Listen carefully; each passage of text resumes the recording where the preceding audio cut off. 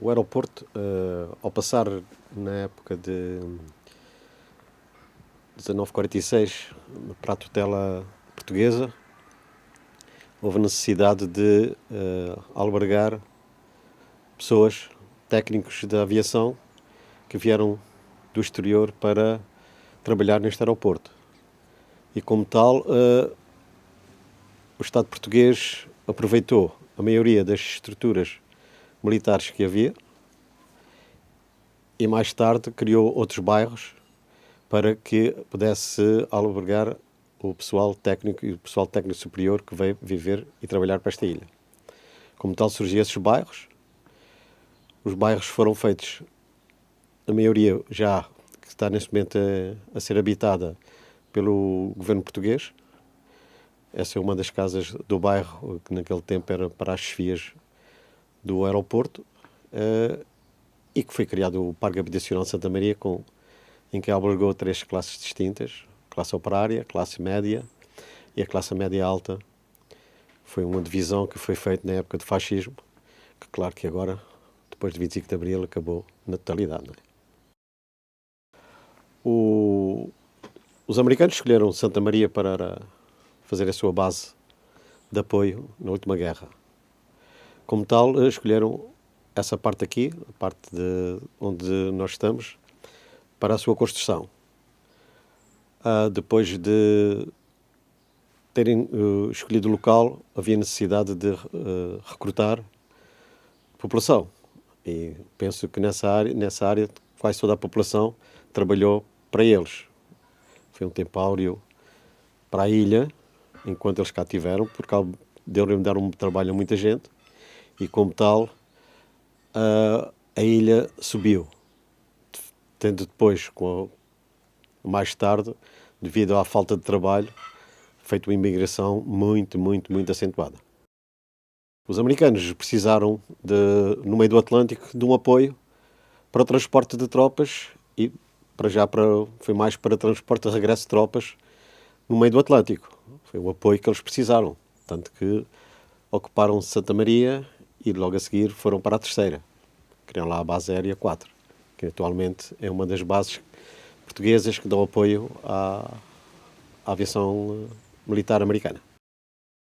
Eu existo porque os meus pais vieram da Terceira em 1946, quando os americanos entregaram à tutela portuguesa o aeroporto de Santa Maria.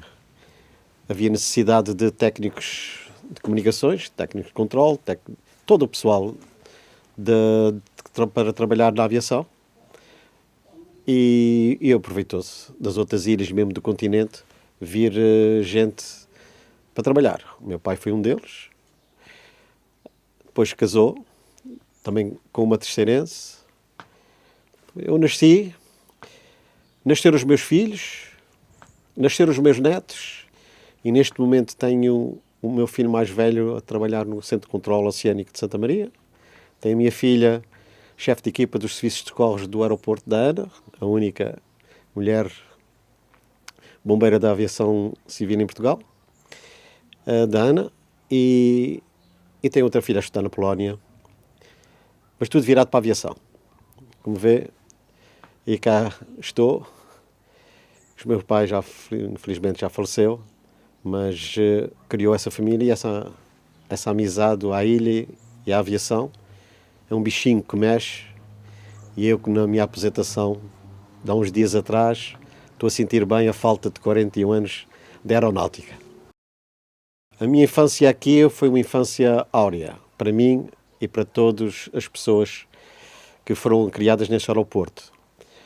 Olha, posso dizer que era uma ilha dentro de outra ilha, o aeroporto de Santa Maria.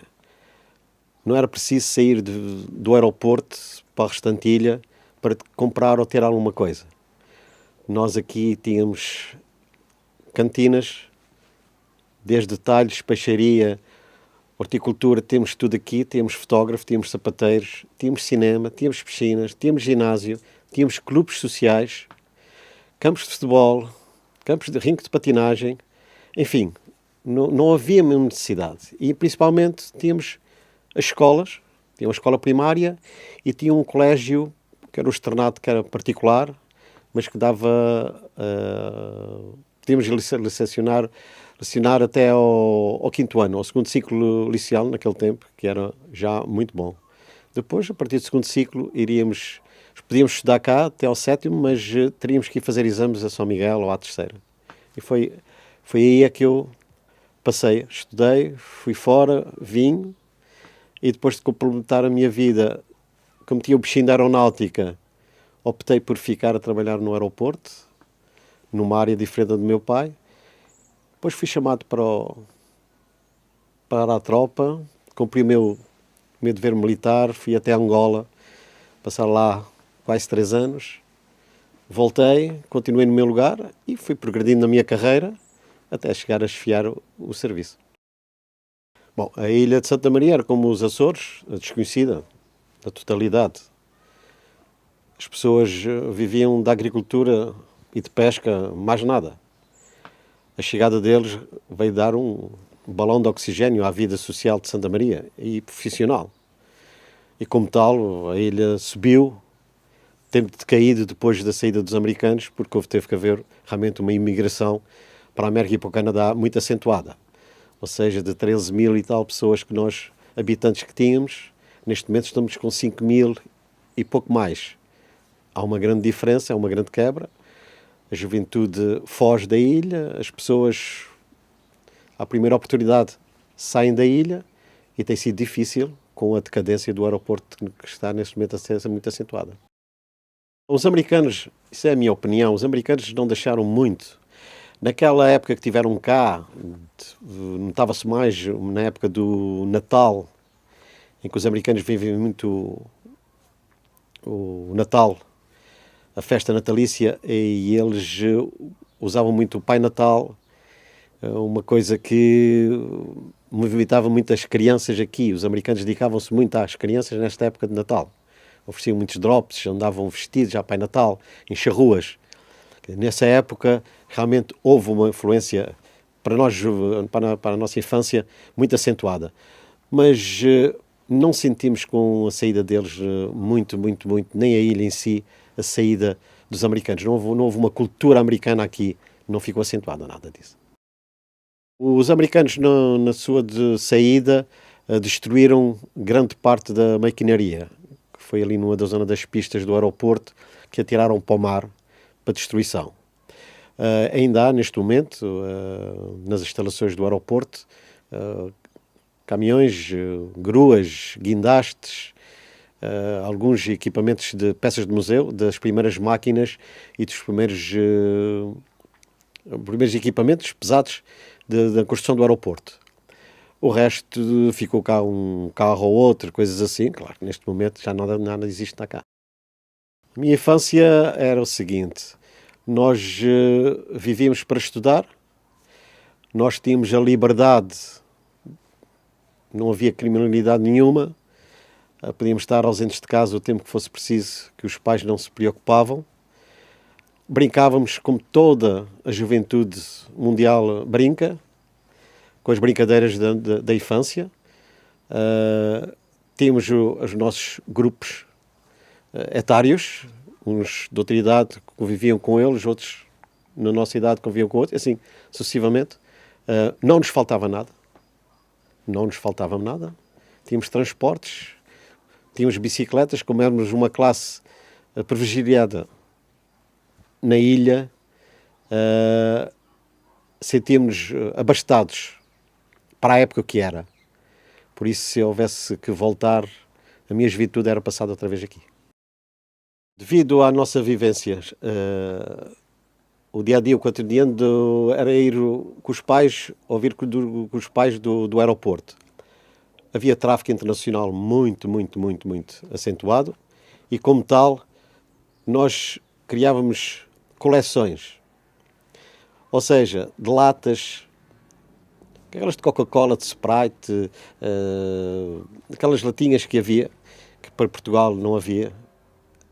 Nós tentávamos obter pelo pessoal que trabalhava na aviação latas dessas para colecionar. Aquelas colheres e garfos e faquinhas de plástico que tinham o timbre ou as pinturas das companhias, também fazíamos coleções. E era postais, toda a companhia tinha os seus postais dos seus aviões, e aí havia como ficava cá tripulações, porque devido às escalas técnicas e à aviação que tinha cá, ficava muitas vezes, muitas tripulações, ficavam diariamente tripulações aqui, enquanto iam lá ao sul e voltavam, ficavam cá a descansar, e aí havia uma maneira de conviver com eles, ajudava-nos até na língua francesa ou inglesa, para nós já com os 14, 16 anos, e não só. Nós gostávamos muito de ir para o bar do hotel, aquela idade para conviver, dançar. Era um privilégio dançar com uma hospedeira de uma companhia qualquer. E como tal, nós sentíamos muito bem e tínhamos muito desporto saudável. E como temos as estruturas todas para ele, saiu daqui, né, na minha época, um hoquista que esteve na Itália como selecionador, e em Portugal, o Jorge Vicente, foi criado aqui e saiu daqui, saiu para o Benfica, para o continente, e depois para a seleção portuguesa e depois para a Itália. Como vê, as oportunidades existiam para nós em todos os sentidos. Como tínhamos facilidades de viajar, deslocávamos mais para fora da ilha de qualquer outro habitante, porque tínhamos mais condições, sendo às vezes mais barato ir de avião do que ir de barco, e não se sentiu a insularidade nesta época. Por isso, a minha infância foi extraordinária e muito segura, e não faltou nada aos marinhenses naquela época, não faltava nada. Tínhamos as condições, só que quando chegássemos, queríamos continuar para a universidade, aí é que abandonávamos mais cedo a família. Isso é que nos gostava um pouco. Mas, de qualquer maneira, era só o senão. Que depois, mais tarde, conseguiu-se fazer até ao 7º ano. A aviação, neste momento, é muito diminuída. Temos 5 escalas, fora o tráfego comercial interno neste momento. Uma média. Às vezes mais, outras vezes menos. Agora, naquele tempo, havia um tráfego comercial diário da Panamérica, da TWA, da TAP e da Canadian Pacific, comercial. Havia escalas técnicas, muitas escalas técnicas mesmo, de todas as companhias do mundo. Todas as companhias que operavam da América Central ou do Sul e do Norte para a Europa, operavam, conforme o tipo de avião, operavam todas por aqui. E, como tal, era um tráfego muito acentuado, muitas dezenas de aviões por dia. E havia personalidades do... Sim. Como havia tráfego internacional, como o privilégio de viajar é muito melhor do que o marítimo, aéreo, é muito melhor que o marítimo, então as personalidades, tanto governamentais como artísticas, faziam escala técnica em Santa Maria, e por aí passou muita gente importante nesta ilha. Por esta ilha, claro. Naquela época, a população mariense quase toda trabalhava para o aeroporto, que era, havia um posto de controle tanto quanto apertado. Eu sou da época de que não se podia andar descalço no aeroporto. Não se podia fazer vendas pela porta sem licença do diretor.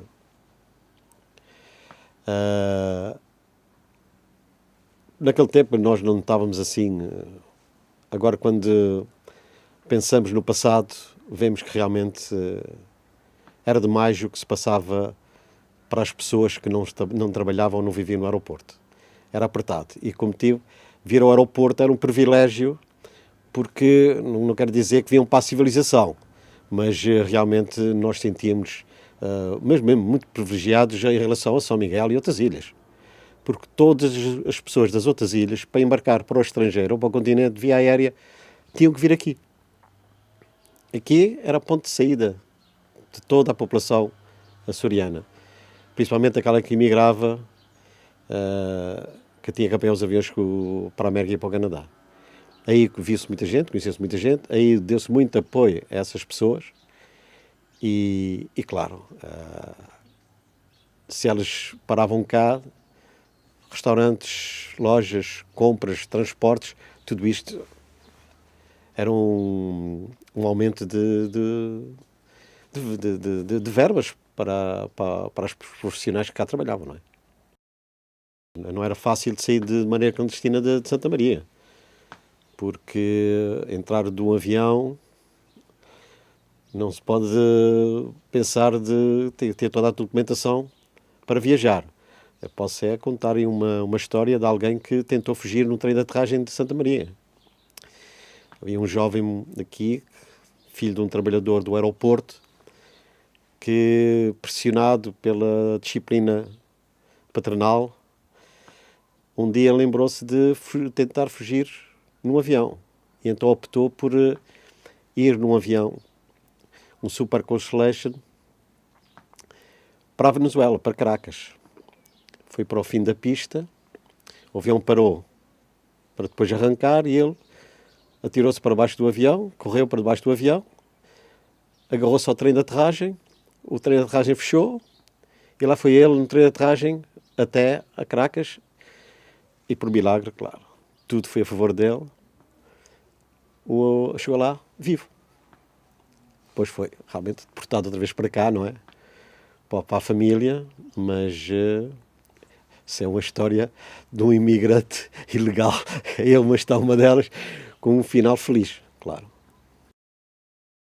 Dali do posto das mediações do aeroporto, todo o bairro, o aeroporto tinha uma polícia, a PSP, com um comandante. E Vila do Porto tinha os polícias com o seu comandante. Os daqui viviam no aeroporto e trabalhavam no aeroporto. Era a PSP do aeroporto.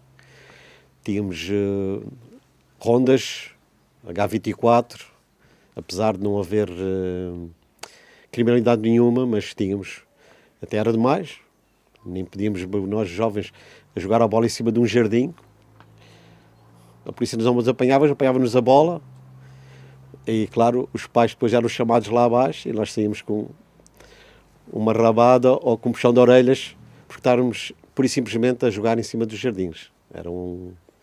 Tínhamos um diretor de tal ordem que a disciplina era tal que nem nos cima de jardins a gente podia... Jardins, quando eu digo jardins, zonas de erva tratada. Limpa. Não era flores, mas não podíamos. E como tal, tínhamos castigos, claro. Mais dos pais do que da autoridade, claro. Só havia uma entrada para o aeroporto, controlada ali.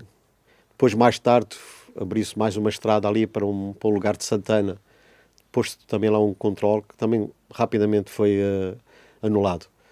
Mas, por exemplo, eu se por acaso, como o meu pai naquele tempo, que eu pegasse num carro e pusesse qualquer caixote dentro do carro, tínhamos que sair, para sair do aeroporto, tínhamos que ter uma guia para entrar, tínhamos que ter outra guia.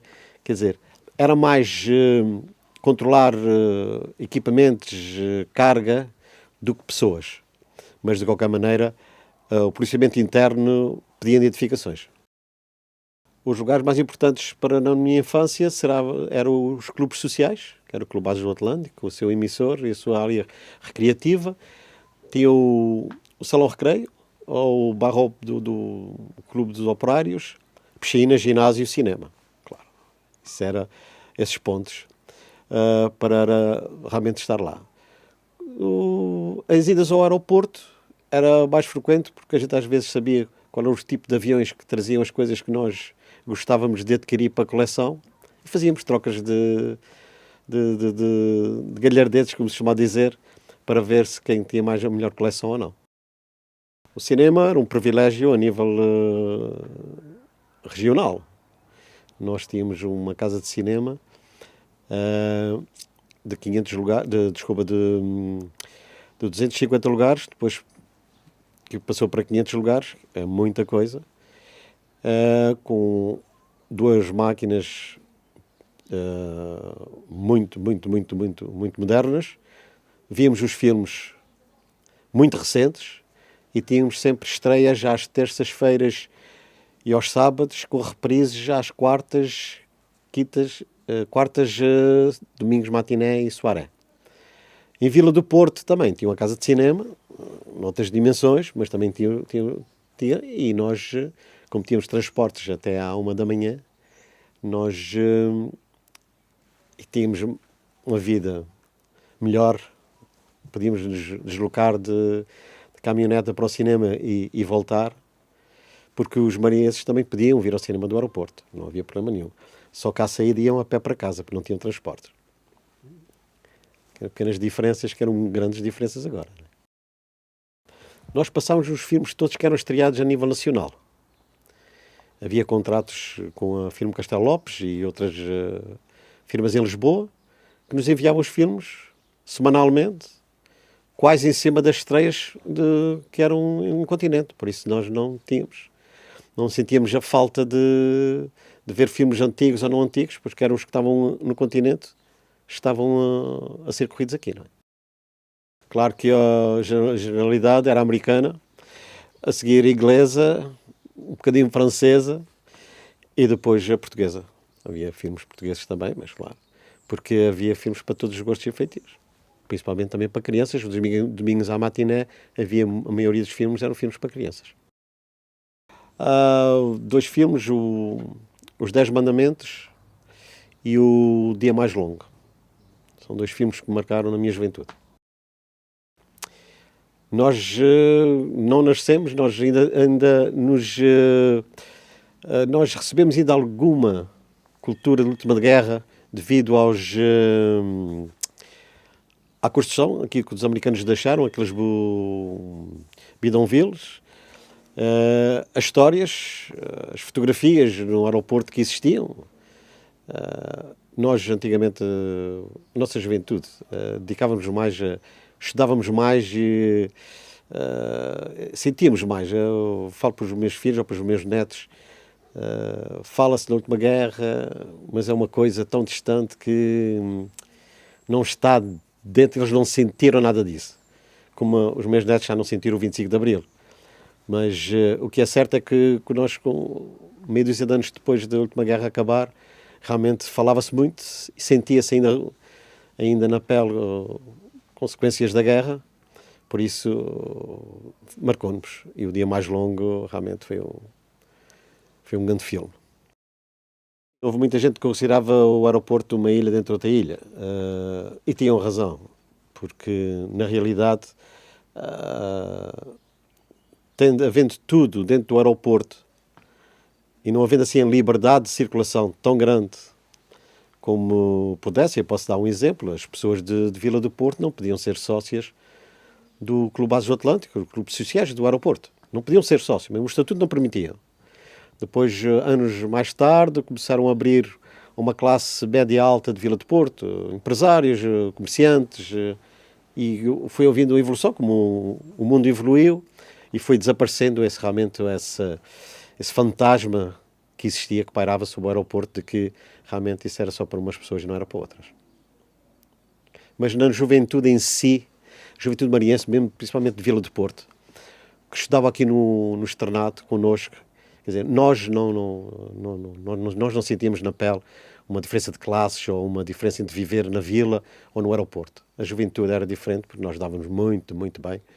E confraternizavas, e eles vinham para o ginásio, eles jogavam, eles tinham equipas de lá, também tinham equipas cá, e jogavam connosco, jogavam contra nós, por isso criámos uma juventude ótima,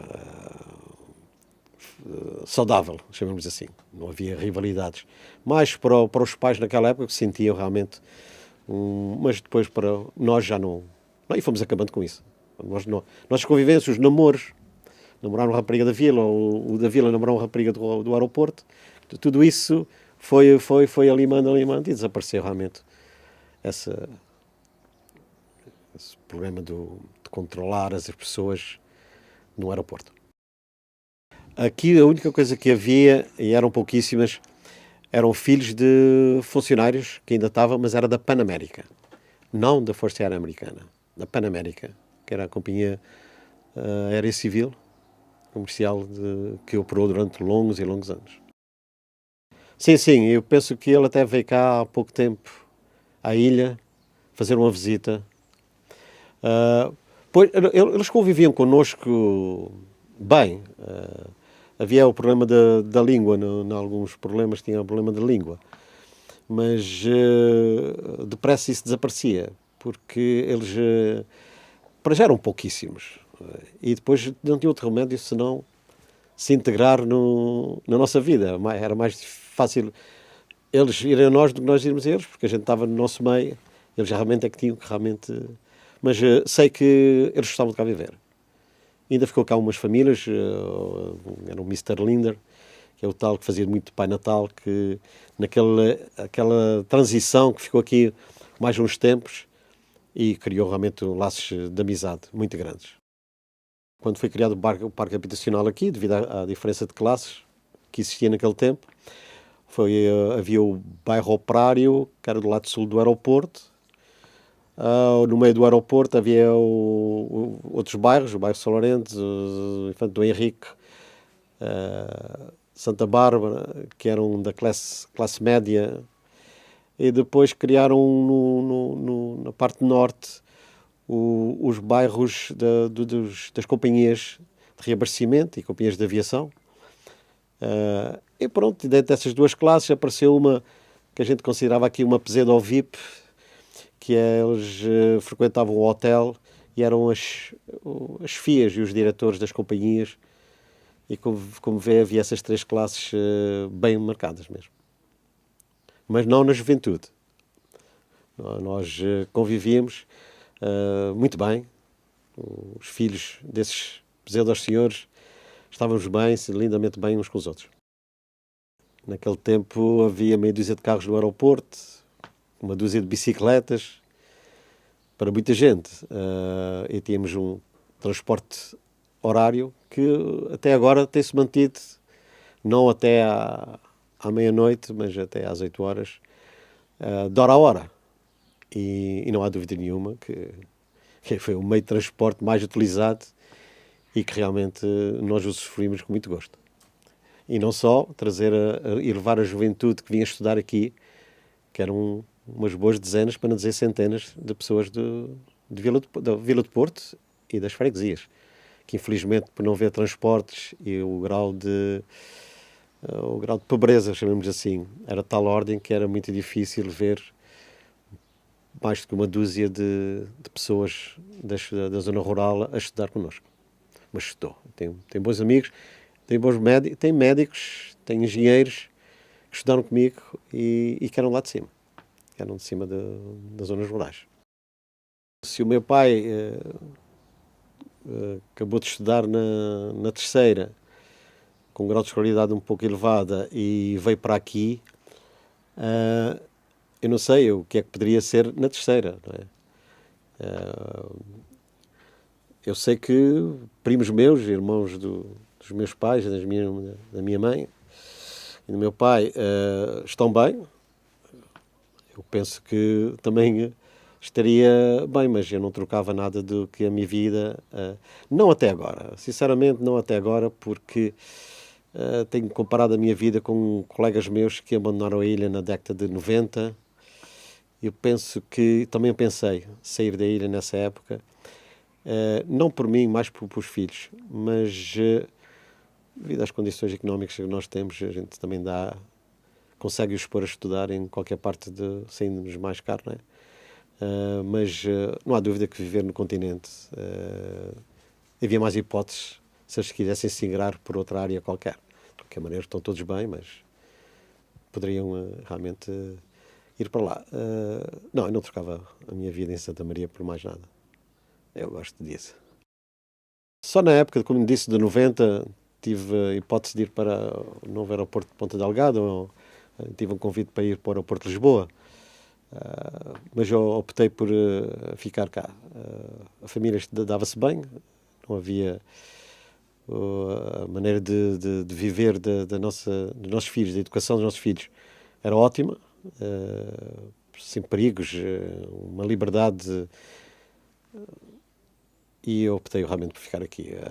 uma coisa é certa, também devido às nossas facilidades de transporte e ao nosso grau económico que nós temos, porque realmente recebemos um pouco mais do que a maioria das pessoas.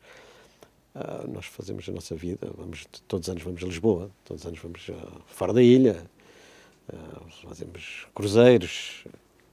Eu tenho um cruzeiro da minha vida feito, foi ir para o México e sair do México e ir para o Havaí e estar 16 dias a navegar num navio de cruzeiros e nas ilhas todas do Havaí.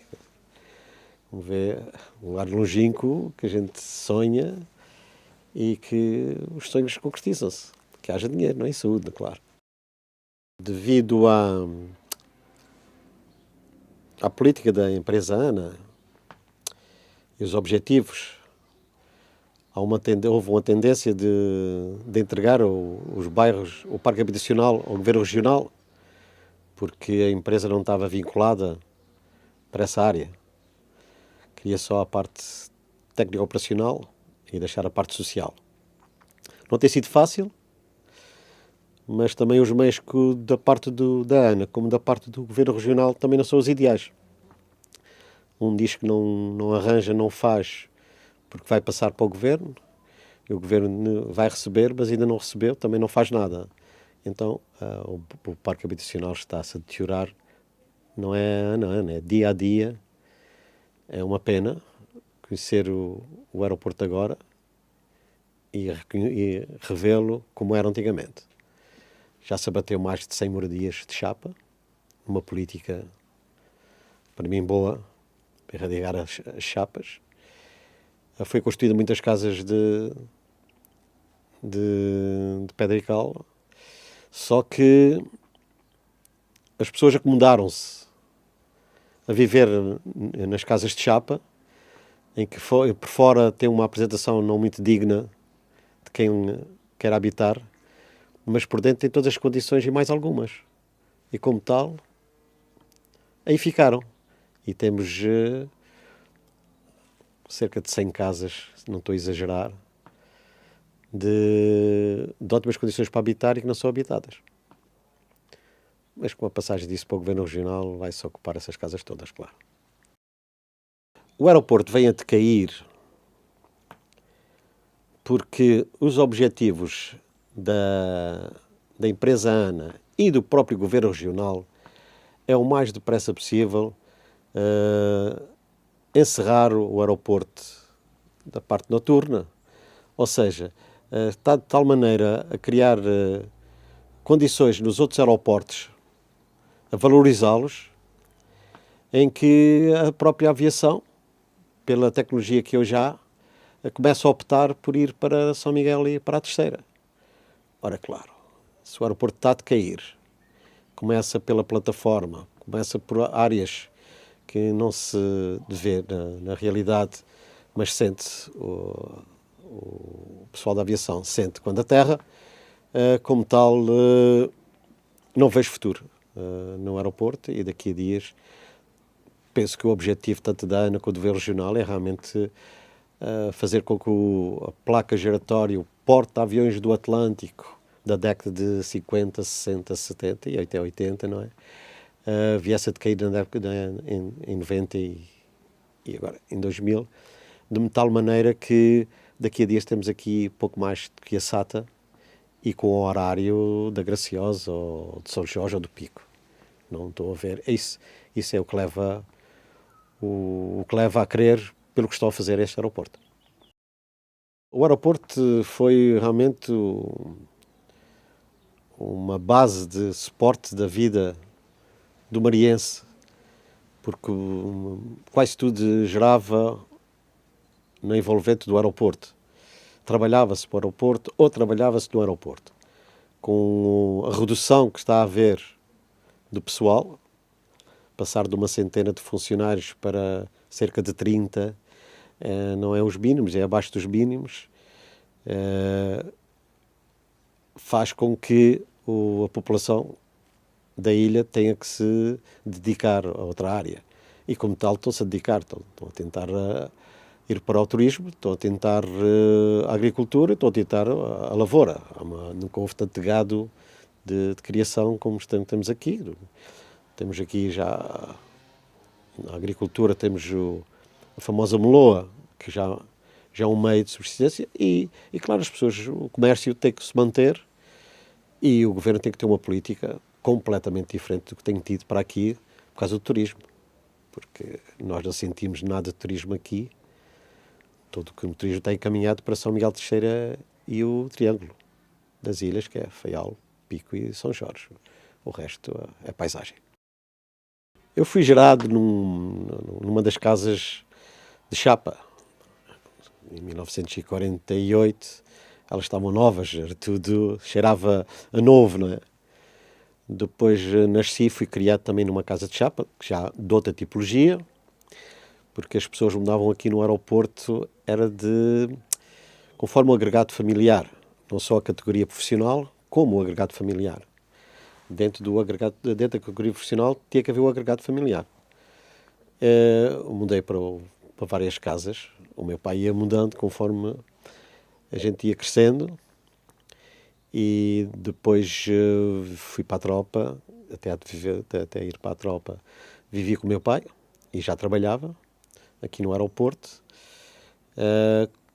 Quando regressei, por imposição do regulamento das moradias do aeroporto, eu tinha que habitar uma moradia para depois um casamento, filhos e também começar outra vez o mesmo sequência do meu pai.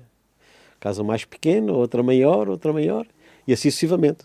Fui correndo, entre aspas, percorri 3 tipos de casas até chegar a essas que têm o privilégio de estar nas melhores casas do aeroporto.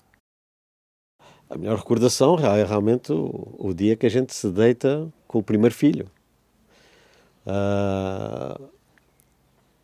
É diferente. O local parece que se transforma. Ser pai, ter um filho a chorar ao lado, foi realmente uma das melhores recordações. E a última recordação é realmente ter, na minha infância, sonhar e invejar, entre aspas, a casa dos seus doutores, seus diretores, e neste momento estou a viver numa delas. Foi bom. A minha vida eu estive sempre ligado a tudo.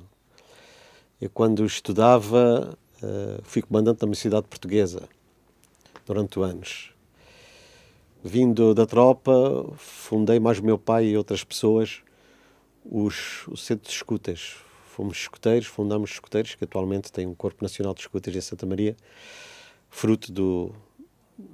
Fui dirigente de clubes associativos. Como tal, tive sempre uma dinâmica de trabalho fora de profissional. E então o que é que eu vou fazer agora? Vou fazer isso.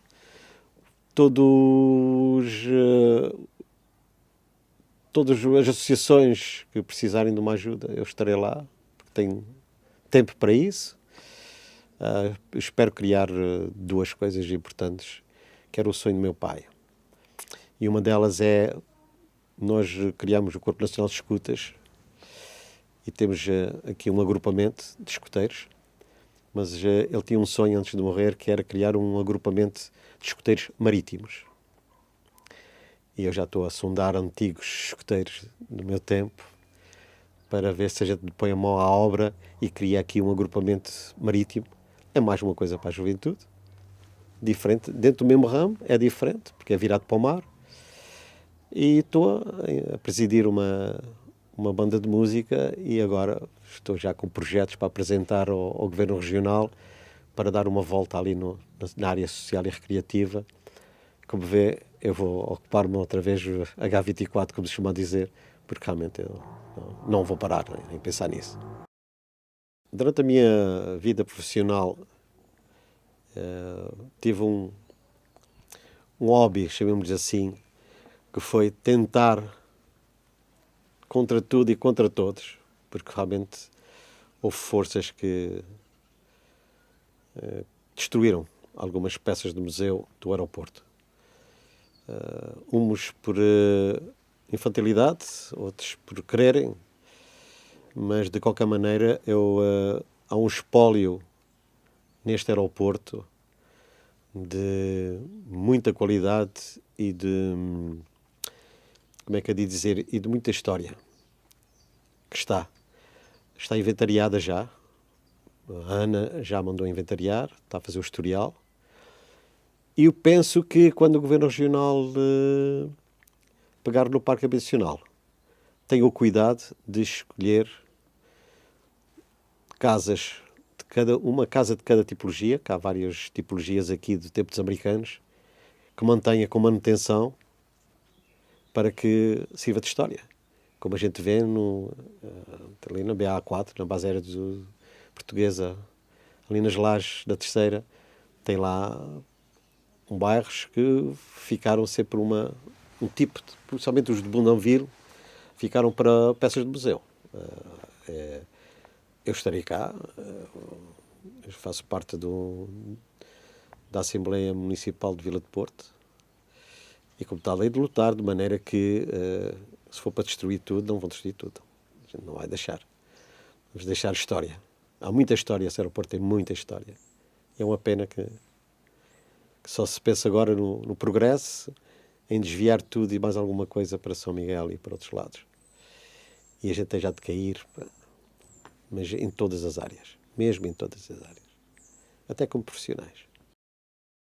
Segundo eu sei, pelo menos do Governo Regional, a intenção é recuperar o parque habitacional que está degradado, e penso que, segundo é conhecimento público, a intenção do Governo para o parque habitacional é vender por preço simbólico as moradias às pessoas que estão lá a viver. E a partir daí as pessoas estarão obrigadas realmente a recuperar e a restaurar tudo o que está a decair. Neste momento eles não fazem porque o dono das casas não faz. E o resultado está à vista. É uma decadência total do Parque Habitacional de Santa Maria. Como havia falta de transportes, o pessoal privilegiado do aeroporto tinha um autocarro, que era um buzz, tipo daqueles school buses que há na América ainda, mas com outra tipologia, mais antiga, tipo dos americanos da última guerra, estava cá, já tratava-lhe o buzz. Ele tinha um horário, depois de fazer as rendições do pessoal.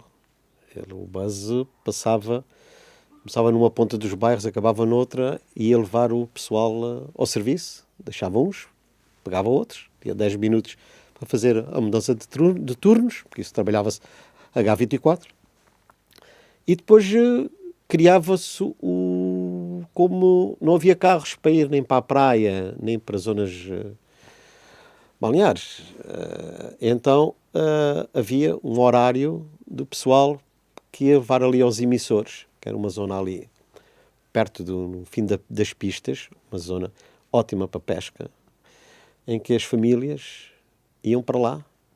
O aeroporto montava aquelas tendas cónicas da última guerra, verde azeitona, grandes, que cedia aos funcionários e passava-se ali férias. Não havia o privilégio de todos os anos de passar férias para fora da ilha. Passava-se muitas vezes, muitos mesmo, muitos anos as férias cá, sem sair da ilha. E teve assim. E o aeroporto também teve a ousadia de um diretor de criar uma estrutura na Praia Formosa. Desmanchou aqui umas casas de chapa, daquelas que eram desmontadas, tudo desaparafusado, e montou lá em cima e fez uma espécie de um mini hotel para os funcionários do aeroporto. E o mesmo buzz também tinha um horário para levar as pessoas lá abaixo e voltar. E foi uma época áurea quando havia sardinhada na praia.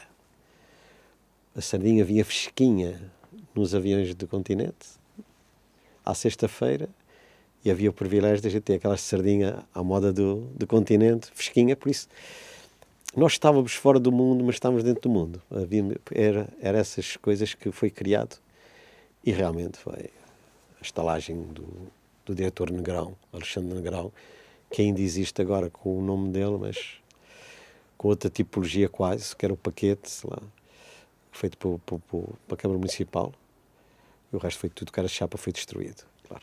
Foi uma ilegalidade muito boa durante muitos anos para nós e para os marinhenses também. Foi aí que tivemos muita pesca submarina, muita gente de fora a pescar, principalmente equipas francesas que vinham cá muitas vezes. Passavam muito tempo cá. Muita fotografia, muita filmagem. Foi ótimo. Bons tempos. Quando começou a faltar o trabalho, quando as pistas ficaram prontas, os americanos começaram a abandonar a ilha, porque não já que vieram fazer, o objetivo estava cumprido, as pessoas começaram a ter que emigrar. E muita gente emigrou. Foi uma sangria quase de 50% naquele tempo da população marinhense a emigrar para a América e para o Canadá, principalmente. Fiquei em contato com muita gente, as pessoas já regressaram, colegas meus, mesmo da minha infância, já foram, já voltaram, estão lá a viver muito bem, porque há um pequeno senão que as pessoas não sabem, que muitas vezes criticavam que o pessoal do aeroporto, da média, classe média, imigravam. E pode-se dizer o porquê agora. Para salvar os filhos de ir ao ultramar. O meu pai pressionou-me um pouco para eu ir com o irmão dele, que era colega dele de serviço, emigrou com a família para o Canadá, para melhorar a vida, que já era boa aqui, para melhorar mais. Mas no fim não foi bem isso. Foi uma maneira de fuga. Só que depois saíram o tiro pela culatra. Parte deles foram para o Vietnã. Muito pior do que para Angola, Guiné ou Moçambique. Porque nacionalizaram-se lá e tiveram que aguentar também com a tropa de lá, e que sei, colegas meus da minha infância que foram para o Vietnã. Temos ligação, a gente vamos à América e ao Canadá, vamos para a casa deles. E agora com o Facebook, aquilo é o dia-a-dia.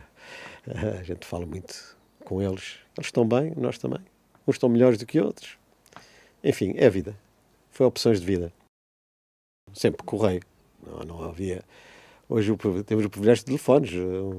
Telefonar da década de 70, 80 para a América, para o Canadá, além de ser caríssimo, era muito, muito difícil. E só para os correios, e não só. Quer dizer, havia tanta dificuldade que era sempre... os telegramas, os famosos telegramas que é que nos davam os avisos de falecimentos, coisas assim mais graves. E o telefone, em último recurso, mas realmente não era fácil e era muito caro mesmo. Eu não sei se tenho cartas de amigos. A única coisa que eu tenho é cartas quando estava em Angola e mandava para os meus pais. Em 70, 71, 72, 73. Isso tem. Agora, é capaz nos papéis, tem ali umas pastas do meu pai, ter algumas cartas do irmão dele, primos meus, do meu padrinho, pessoas que foram muita gente embora. Mesmo aqui do aeroporto, emigrou muita gente. Para a América e para o Canadá, muita gente mesmo. A necessidade de emigrar foi uma necessidade mesmo de vivência. Eles queriam viver. Não procuravam ir para o mesmo serviço. Saíam daqui e iam para fazer limpezas para casas ou para hospitais. Pessoas com um segundo ciclo. Começavam por aí. A vida na América e no Canadá de profissão sobe-se muito depressa logo que se tem a vontade, que se mostre trabalho, e que é muito mais... Naquele tempo era muito mais reconhecido uma pessoa na América do que aqui.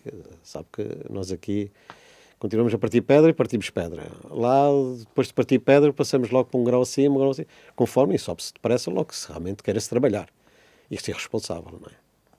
É muito mais reconhecido. Quando arrebentou a guerra em Angola, eu tinha 13 anos. Alguma vez eu pensei que quando chegasse aos 20 anos ia para Angola. Uma guerra de guerrilha, isso é uma coisa rápida, isso vai acabar depressa, só que não.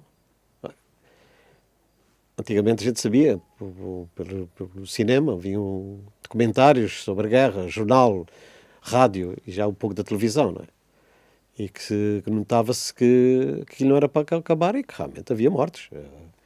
E na minha família tive o afilhado do meu pai, que era um ferroviário miliciano, que morreu com uma mina em Angola, em 1967, 68. Já um caso de família. Como tal, isso se marca. E foi aí que, quando o meu pai começou a pensar em que eu realmente ia acabar de estudar para o Canadá para fugir a isso. Optei por ficar cá, porque, quando eu chegar o dia, afinal, acabou um ano depois de eu voltar. De lá, de Angola, estive lá.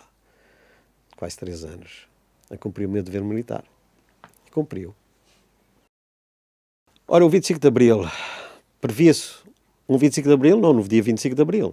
Previa-se realmente uma mudança porque havia um mal-estar instalado nas tropas.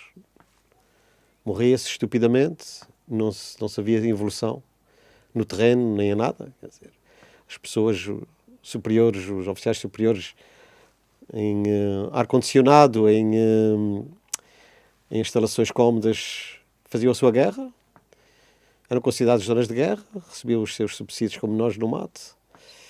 E isso foi enchendo, até que veio o 25 de Abril. O 25 de Abril aconteceu quando eu ia entrar às 7 da manhã, no dia que houve o 25 de Abril, em que eu estava no meu serviço e recebemos ordens para não autorizar aviões a descolar para Lisboa. Não sabíamos o que é que se passava. Só sabíamos que não podiam aterrar aviões em Lisboa. E claro, a gente, pelas comunicações aeronáuticas, conseguimos falar muito mais em privado, entre aspas, do que fomos sabendo a situação, o que era. E até que foi autorizado os aviões que estavam fora do país a regressar e pararem. E foi o que aconteceu. Tivemos cá um TAP parado a aguardar. Depois foram por lá. E depois veio essa grande reviravolta que se sentiu. Nós não sentimos, continuamos a viver na mesma, mas a abertura dos clubes sociais, a liberdade, a ver os nossos amigos da PID, porque havia PIDs bons e PIDs maus, e ver essas pessoas a serem presas, alguns por não fazerem nada de mal, até fazerem bem, embarcarem nos aviões em caminho de Lisboa, foi marcante. Essas foi das poucas coisas marcantes, foi realmente a PID, amigos, pais de colegas nossos a serem presos, não é? E a entrarem em aviões para o desconhecido, não é? A ordem era prendê-los e levá-los e acabavam as fronteiras, não é? Mas pronto, havia volta social, que houve, não há dúvida nenhuma. Houve muito mais liberdade, algumas pela negativa, mas pronto. Isso foi em todo o país, não é? Os abusos. Passou-se do 8 para 80. Não houve intermédio. Mas foi bom. Foi bom o 25 de Abril. Para nós mesmo, mas para toda a gente foi muito bom. Para a ilha e não só.